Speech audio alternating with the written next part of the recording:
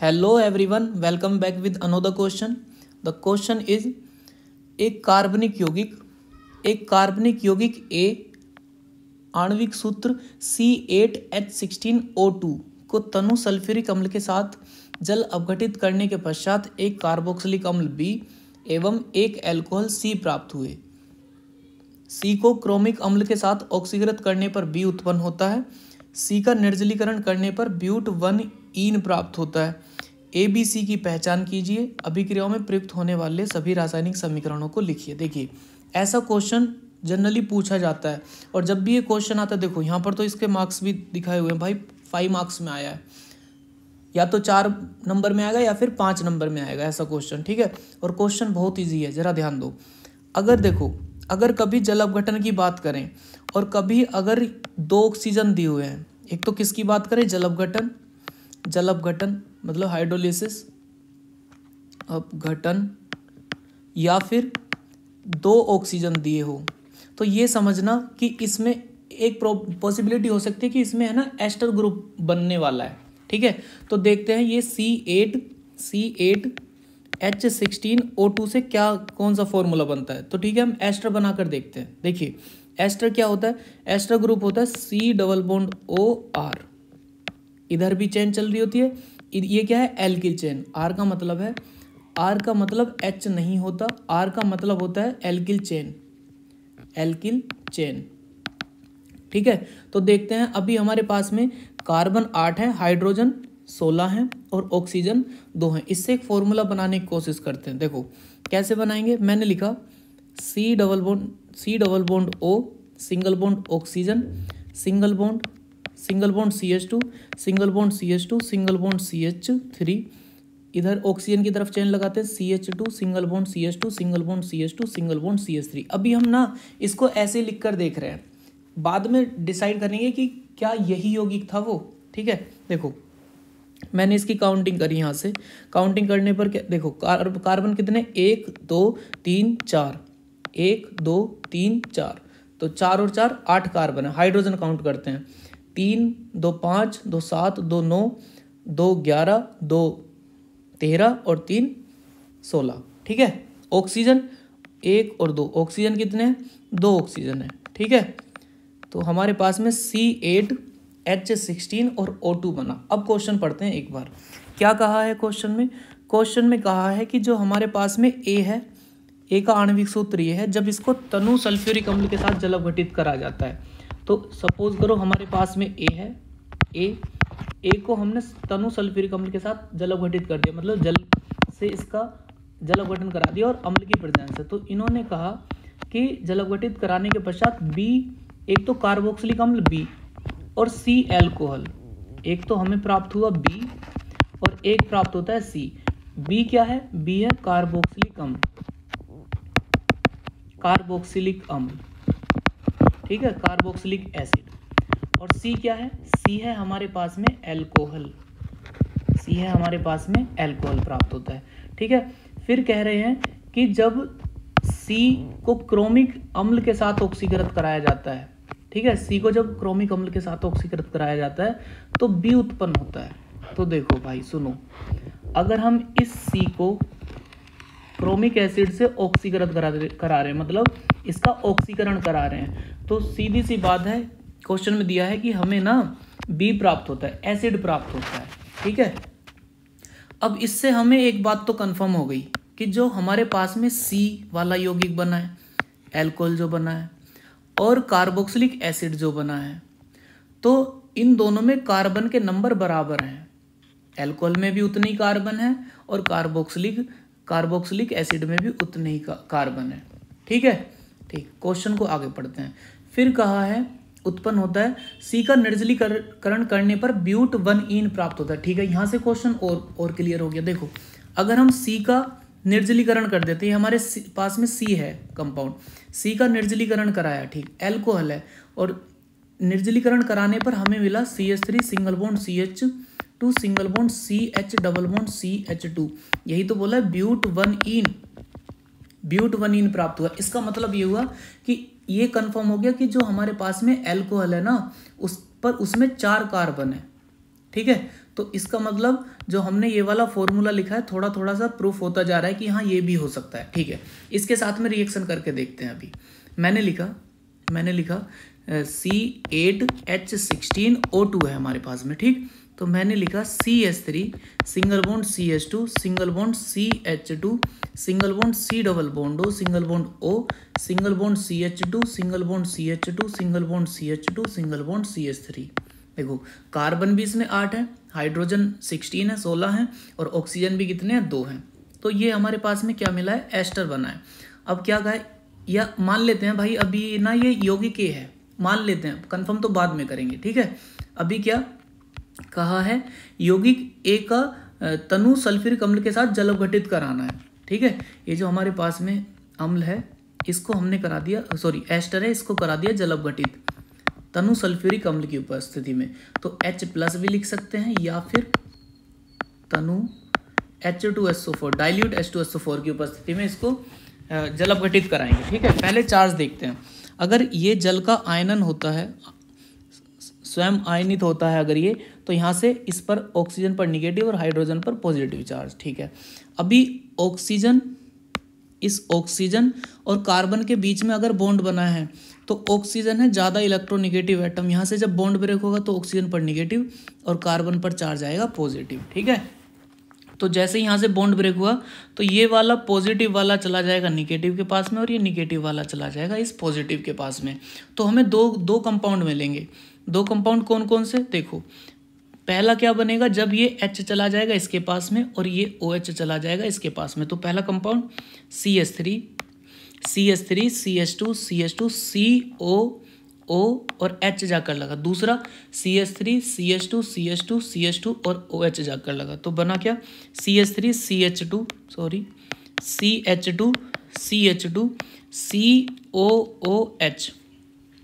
COOH और ये जाकर H लगा। ठीक है, दूसरा क्या बनता है, दूसरा दिखते हैं।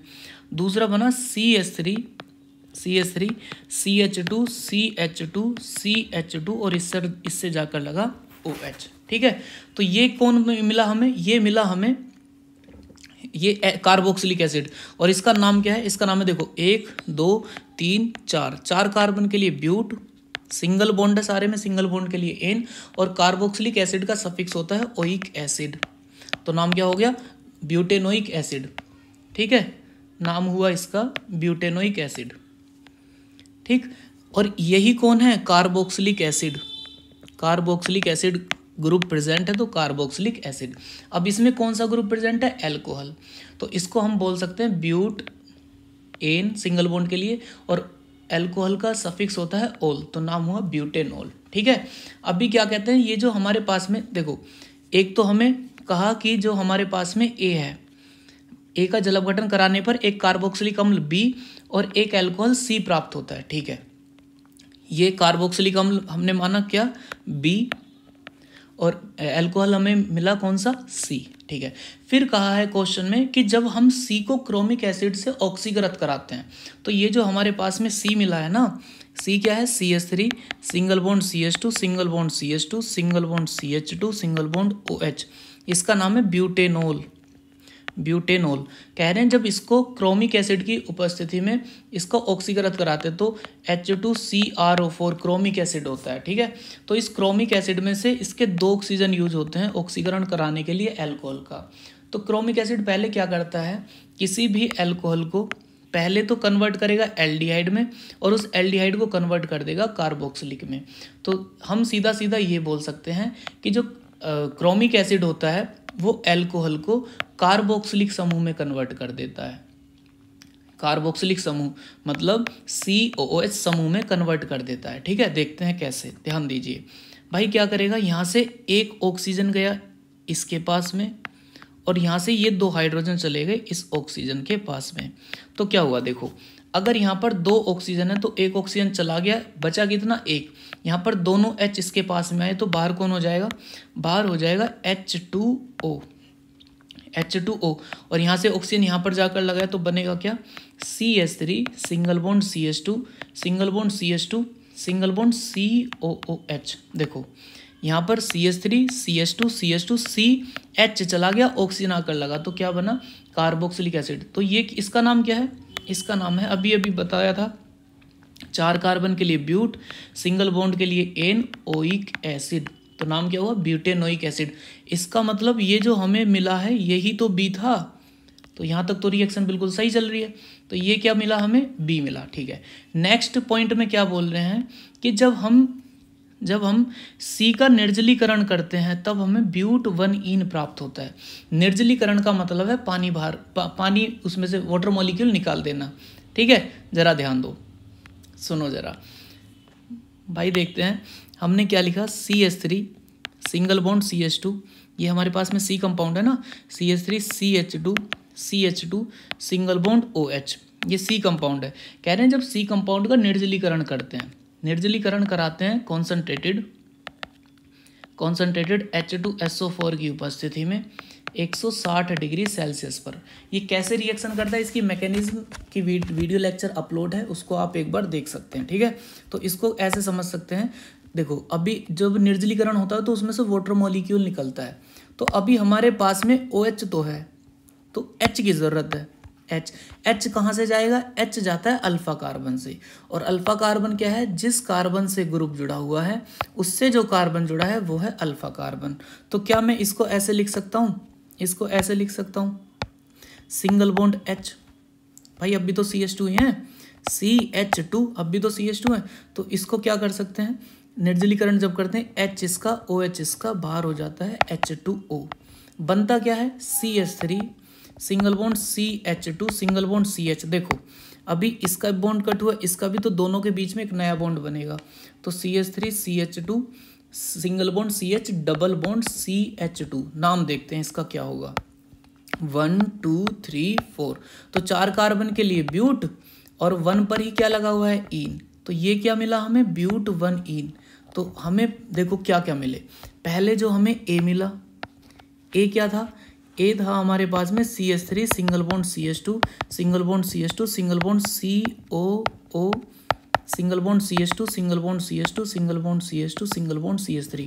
तो नाम क्या है इसका, इसका नाम है, देखो पहले साइड चेन का नाम लिखते हैं जब किसी भी एस्टर कंपाउंड का नाम लिखते हैं, तो एल्काइल चेन में कितने कार्बन, 4 कार्बन के लिए ब्यूट और साइड चेन के लिए YL, तो ब्यूटायल।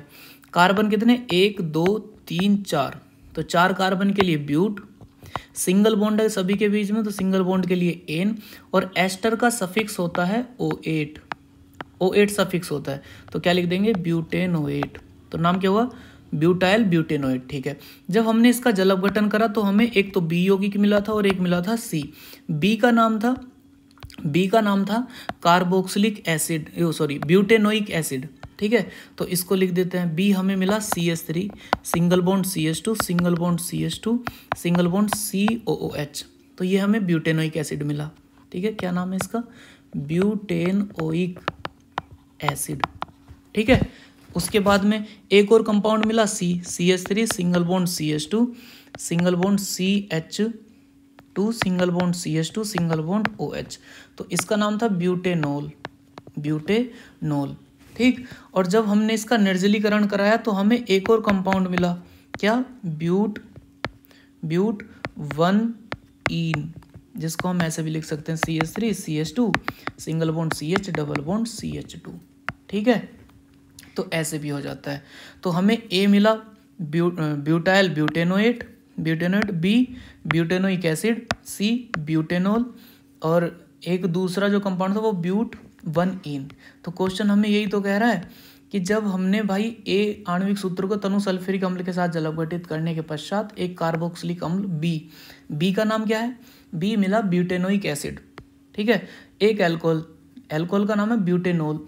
C को जब हमने क्रोमिक अम्ल के साथ ऑक्सीकृत करा, अभी किया था ऑक्सीकृत, तो हमें क्या मिला, B मिला, यही तो किया था ऑक्सीकृत, ये रहा क्रोमिक एसिड, तो हमें क्या मिला, सीधा B मिल गया।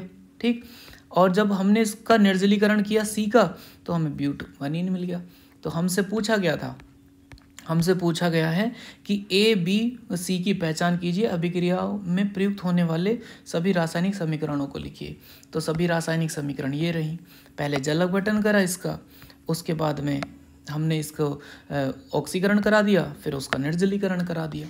तो ये सारी रासायनिक समीकरण है और ये उनके प्रोडक्ट्स के नेम है। ठीक है, नेक्स्ट क्वेश्चन देखते हैं। नेक्स्ट क्वेश्चन देखो, फिर से वही काम हो गया भाई, फिर से वही काम हो गया। एक तो क्या कहा है, एक तो कहा है हमने इसका क्या करना है, जल अपघटन करना है, तनु H2SO4 से जल अपघटन। और दूसरा क्या दूसरा क्या दिया हुआ है, 2 ऑक्सीजन दिए हुए हैं। तो मैंने शुरू में ही एक बात बताई है, अगर कभी कहें कि तनु H2SO4 से जल अपघटन कराना है और 2 ऑक्सीजन दिए हैं, तो ये समझना कि ये हो सकता है कि उसमें एस्टर ग्रुप है, ज़्यादा पॉसिबिलिटी है एस्टर ग्रुप की। ठीक है, इस बार अणुसूत्र क्या दिया हुआ है, अणुसूत्र दिया हुआ है C4H8O2।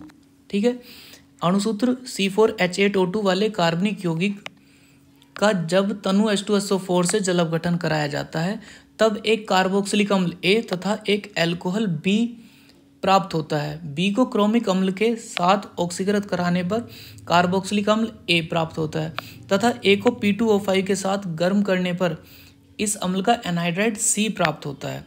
इस एनहाइड्राइड का जल अपघटन कराने पर पुनः अम्ल A प्राप्त होता है। ठीक है, A, B, C को पहचानिए तथा उनसे संबंधित रासायनिक समीकरण भी लिखिए।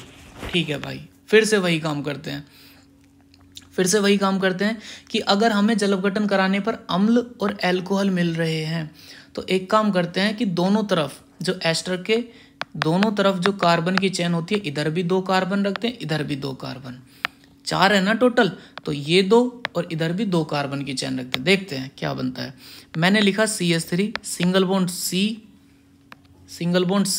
Double bond O single bond O single bond CH2 single bond CH3। Carbon count कीजिए, 1 2 3 4। ठीक है, 4 है। हाइड्रोजन 3 2 5 और 3 8। ठीक, 8 हो गए। Oxygen 1 2 oxygen. क्या कहा है, जब इस यौगिक को हम इसका जल अपघटन कराते हैं H2SO4 की उपस्थिति में, तो जल अपघटन तो होता ही अम्ल की उपस्थिति में। ठीक है, तो हमने इसका कराया जल अपघटन। जल अपघटन का मतलब है जल के साथ में रिएक्शन करा रहे हैं अम्ल की प्रेजेंस में, या तो तनु H2SO4 लिख दो या फिर H+ लिख दो, वही बात है। ठीक, जब इसका आयनन होता है, यहाँ से बॉन्ड ब्रेक हुआ, ऑक्सीजन इलेक्ट्रोनिगेटिव है, इस पर निगेटिव, इस पर कैसा चार्ज, पॉजिटिव। ठीक है, अभी बॉन्ड किसके बीच में बना हुआ है, ऑक्सीजन और कार्बन के बीच में। तो जब ये बॉन्ड ब्रेक होगा तो इस ब्रेक होने पर ऑक्सीजन ज़्यादा इलेक्ट्रोनिगेटिव एटम है, तो उस पर निगेटिव चार्ज, और कार्बन इलेक्ट्रोपॉजिटिव एज कंपेयर, जैसे इन दोनों में अगर कंपेयर करेंगे तो कार्बन पर पॉजिटिव।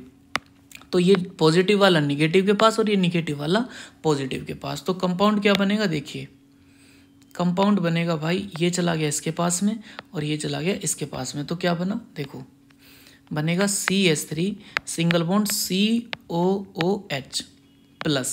दूसरा कंपाउंड क्या बना, CH3 single bond CH2 single bond OH, CH3 single bond CH2 single bond OH। ठीक है, ये मिला हमें दूसरा कंपाउंड।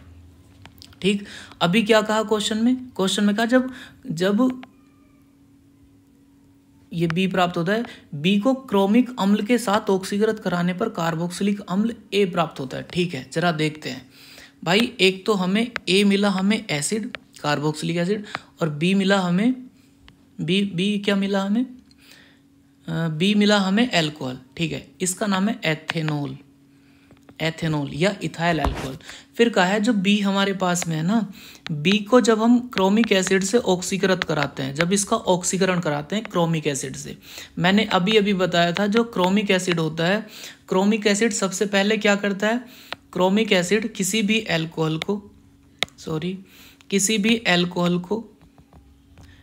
को सबसे पहले कन्वर्ट करेगा एल्डिहाइड में, और एल्डिहाइड को कन्वर्ट कर देगा कार्बोक्सिलिक ग्रुप में कन्वर्ट कर देगा। ठीक है, तो करता कैसे, देखो इसके 2 ऑक्सीजन रिएक्शन करते हैं भाई। होता क्या है, एक ऑक्सीजन इसका यहाँ पर आया और यहाँ से 2 हाइड्रोजन चले जाते हैं इसके पास में। ठीक, अगर ये एक ऑक्सीजन आया है और यहाँ से 2 हाइड्रोजन गया तो बनेगा क्या, CH3 सिंगल बॉन्ड COOH। एक ऑक्सीजन आया है ना और 2 हाइड्रोजन गए हैं, तो बनेगा क्या, देखो अगर यहाँ 2 थे तो 1 चला गया, 1 बचा, यहाँ से 2 H आए तो बाहर हो गया H2O। ठीक है, अभी ये क्या मिला, इसका नाम है एसिटिक एसिड,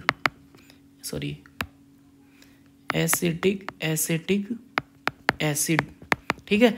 और इसका नाम क्या है, इसका नाम भी तो एसिटिक एसिड है, ठीक है। तो ये वाला और ये वाला कंपाउंड तो सेम है, बिल्कुल सही बात है। कंपाउंड में कहा भी तो ये है कि जब बी को क्रोमिक अम्ल के साथ ऑक्सीकृत कराने पर कार्बोक्सिलिक अम्ल ए प्राप्त होता है, तो ठीक है, ए ही तो प्राप्त हुआ है।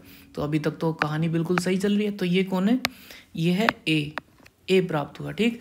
फिर कह रहे हैं जब ए को P2O5 के साथ गर्म करने पर इस अम्ल का एनहाइड्राइड C प्राप्त होता है, ठीक है भाई। देखते हैं फिर से, ये जो हमारे पास में A है ना, A को हमने करा दिया, इसका निर्जलीकरण करा दिया P2O5 के साथ में जब रिएक्शन कराते हैं, CH3 डबल बॉन्ड OH और CH3 double bond O single bond OH। हमने इसके 2 अणु लिए एसिटिक एसिड के, और एसिटिक एसिड के 2 अणु लेने के बाद हमने इसको गर्म कर दिया, P2O5 की प्रेजेंस में गर्म कर दिया, और इसको बोलते हैं निर्जलीकरण, डिहाइड्रेशन कर रहे हैं इसका, ठीक है। तो क्या होगा देखो, जब इसको गर्म करते हैं ना इसकी प्रेजेंस में, तो यहाँ से एक एसिड का H और दूसरे का OH बाहर हो जाता है, H2O। अब देखो, अगर इसका भी बॉन्ड कट हुआ, इस कार्बन का भी कट हुआ, तो एक कार्बन सीधा इस ऑक्सीजन से जाकर बॉन्ड बनाएगा ना, तो बनेगा क्या, CH3 double bond O single bond oxygen, और ऑक्सीजन का बॉन्ड बना इस वाले CO से, और यहाँ पर CH3। तो क्या बना देखो, CH3 single bond C double bond O single bond O single bond C double bond O single bond CH3। देखो फिर से, CH3 double bond O single bond oxygen, oxygen का बॉन्ड इस कार्बन से, C double bond O single bond CH3, यही तो है वो, ठीक है। और सुनो, इसमें अब पहचानो कौन सा ग्रुप बन गया। ग्रुप देखो भाई, अगर कभी CH3CO डबल बॉन्ड O ऐसे कोई ग्रुप दिया है, तो इसको बोलते हैं एनहाइड्राइड, क्योंकि ये भी ऐसा ही कुछ ग्रुप बना हुआ है। तो इसमें कौन सा ग्रुप बना, एनहाइड्राइड। और किसका एनहाइड्राइड किससे मिला है, एसिटिक एसिड से, तो नाम हो जाएगा एसिटिक एनहाइड्राइड, ठीक है भाई। ये भी बात सही होगी कि हमें C कंपाउंड मिल गया, और C क्या है, एसिटिक एनहाइड्राइड ही तो मिला है। क्वेश्चन में ही तो कह रहे हैं कि इसको P2O5 के साथ गर्म करने पर इस अम्ल का एनहाइड्राइड C प्राप्त होता है, ठीक है, C भी प्राप्त हो गया। कह रहे हैं इस एनहाइड्राइड का जल अपघटन कराने पर पुनः अम्ल A प्राप्त होता है, ठीक है भाई। फिर से ये जो हमें एनहाइड्राइड मिला है ना, इस एनहाइड्राइड को लिख रहा हूँ मैं कुछ ऐसे करके, यहाँ पर लिखा CH3 single bond C double bond O single bond oxygen single bond C double bond O single bond CH3। ये कौन सा कंपाउंड है, C, ठीक है। इस कह रहे हैं ये जो एनहाइड्राइड प्राप्त हुआ है, इसका जब जल अपघटन कराते हैं, तो हमने जल अपघटन करा दिया भाई, जल के साथ में रिएक्शन अम्ल की प्रेजेंस में, तो फिर से वही काम होगा। यहाँ से जब बॉन्ड ब्रेक होगा, इस पर निगेटिव, इस पर कैसा चार्ज, पॉजिटिव। फिर से देखो, कार्बन है, ये कार्बन और ऑक्सीजन के बीच में बॉन्ड बना है, तो यहाँ से जब बॉन्ड ब्रेक होगा, इस पर पॉजिटिव, इस पर निगेटिव चार्ज आएगा। तो यहाँ से बॉन्ड ब्रेक हुआ, इस पर पॉजिटिव, इस पर निगेटिव। तो ये वाला जो पॉजिटिव वाला है, ये चला जाएगा निगेटिव के पास, और ये निगेटिव वाला जाकर जुड़ जाएगा पॉजिटिव के पास में। तो क्या बना देखो, CH3COO और H आया है, तो क्या बना, ध्यान दीजिए, CH3COOH, ठीक है। दूसरा क्या बना, दूसरा CH3COOH। तो दोनों कंपाउंड क्या बने भाई, एसिटिक एसिड। तो फिर से हमें कौन प्राप्त हो गया, ये कौन था, ये था A, एसिटिक एसिड A ही तो था। तो क्या पूछा है, कह रहे हैं कि पुनः अम्ल A प्राप्त होता है, बिल्कुल A ही प्राप्त हुआ है। तो कह रहे हैं कि A, B, C को पहचानिए तथा उनसे संबंधित रासायनिक समीकरण भी लिखिए। ये भी क्वेश्चन 5 ही मार्क्स में आया था, 5 मार्क्स में ही आया था, ठीक है। तो हमने A, B, C को पहचान लिया। A कौन है, एसिटिक एसिड, B कौन है, एथेनॉल, और भाई C कौन है, C है हमारे पास में एसिटिक एनहाइड्राइड। और रासायनिक समीकरण ये रही, एक ये रही और ये रही समीकरण। समझे या नहीं, ठीक है। आई होप आप सभी को ये सारी चीज़ें समझ आई होंगी। ऐसे क्वेश्चन जनरली पूछे जाते हैं, तो ज़्यादा डिफिकल्ट नहीं है। जो ऑर्गेनिक केमिस्ट्री को बहुत बढ़िया से पढ़े होंगे वो ऐसा क्वेश्चन देखते ही सॉल्व कर देंगे। इजी क्वेश्चन है, बस हल्का सा दिमाग लगाने की ज़रूरत है। और आपका दिमाग तो ब्रिलियंट है भाई, आप खुद ब्रिलियंट हो, तो सब कुछ सॉल्व कर सकते हो। तो बार बार प्रैक्टिस कीजिए, हार्ड नहीं माननी बिल्कुल भी। ठीक है, मिलते हैं नेक्स्ट लेक्चर में, तब तक के लिए टेक केयर।